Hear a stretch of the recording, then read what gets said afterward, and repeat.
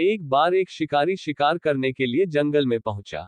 उसने अपने तीर पर बहुत ही खतरनाक जहर लगाया और शिकार को निशाना बना करके उसने तीर को छोड़ा, लेकिन उसका तीर चूक गया और तीर एक पेड़ पर जा लगा। वह पेड़ बहुत ही हरा भरा और बहुत सारे तोते उस पेड़ पर रहते थे। जैसे ही वह जहरीला तीर उस पेड़ पर जाकर लगा, वह पेड़ धीरे धीरे सूखने लगा और उस पेड़ पर जो भी तोते रहते थे वह एक एक करके उस पेड़ को छोड़कर जाने लगे। उस बड़े से पेड़ के कोटे में एक बहुत ही बूढ़ा तोता रहता था जो बहुत ही धर्मात्मा और अच्छे मन का था। सभी तोते उस पेड़ को छोड़कर जाने लगे थे, लेकिन वह बूढ़ा तोता जाता था, दाना लेकर के आता और उसी कोटे में आकर के बैठ जाता था, परंतु उस पेड़ को छोड़ने को तैयार नहीं था। बूढ़े तोते के साथियों ने कई बार आकर के उसे समझाया कि यह पेड़ सूख रहा है और किसी दिन गिर भी जाएगा, चलो किसी और पेड़ पर चलकर रहा जाए, परंतु वह बूढ़ा तोता वहां से जाने को तैयार नहीं हो रहा था। अब यह बात देवराज इंद्र तक पहुंची। उन्हें बताया गया कि एक तोता है, वह जिस पेड़ पर रहता है उस पेड़ पर एक जहरीला तीर लगने के कारण सूखने, गिरने और खत्म होने के कगार पर आ पहुंचा है, और एक बूढ़ा तोता अभी भी वहीं पर रह रहा है। वह दाना लेकर आता है और वहीं पर रहता है, जबकि उस जंगल में बहुत सारे पेड़ हैं, लेकिन वह उसी पेड़ पर रह रहा है।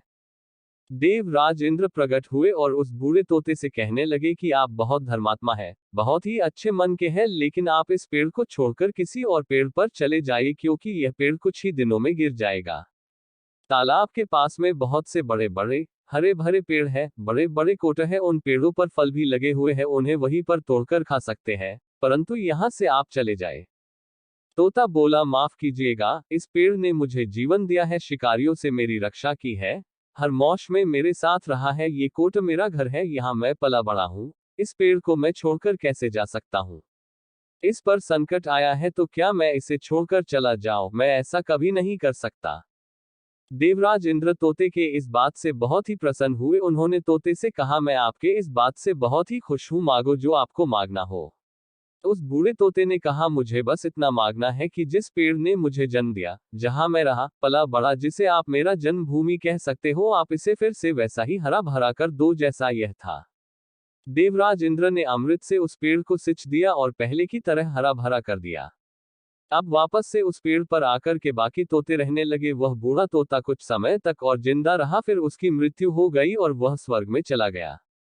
यह कहानी हमें सिखाती ये है कि जब भी किसी इंसान का बुरा दौर आता है तो इमोशनली वह टूटा हुआ होता है, उसे किसी के सहारे की जरूरत होती है, किसी की आवश्यकता होती है। अगर आप ऐसे समय में उसे छोड़कर चले जाएंगे, उससे बात नहीं करेंगे, मुंह मोड़ लेंगे, तो आपसे बुरा कोई नहीं है, क्योंकि आप किसी के सुख का साथी बने या ना बने, लेकिन आपको हमेशा किसी के दुख का साथी जरूर बनना चाहिए।